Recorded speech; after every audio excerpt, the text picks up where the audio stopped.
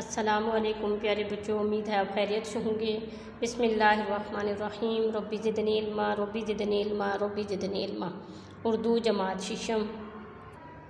प्यारे बच्चों, आज हम लेसन नंबर 4 उठ बांध कमर क्या डरता है का पेज नंबर 21 और 22 करेंगे।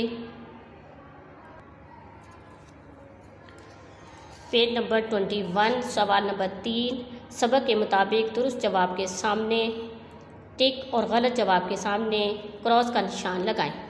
नंबर 1, आयशा और सारा दोनों जुड़वा बहनें थीं। क्रॉस। आयशा और सारा फ्रेंड्स थी।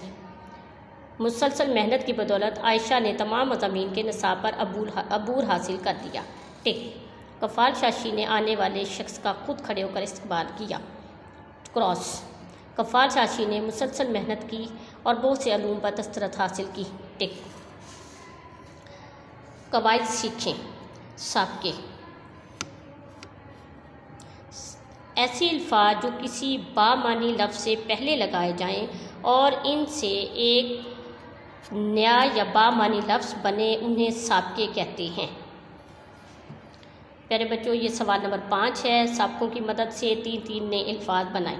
तो ये आपने दिए गए साबके के अल्फाज से नए 3-3 अल्फाज बनाने हैं और ये आपने काम अपना टेक्स्ट बुक के ऊपर अपनी लेड पेंसिल के साथ करना है।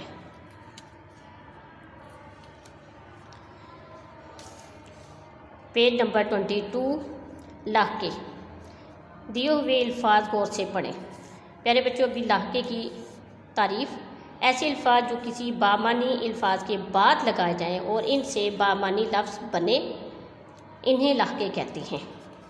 सवाल नंबर 6, दिए हुए लाहकों की मदद से 3-3 नए अल्फाज बनाएं।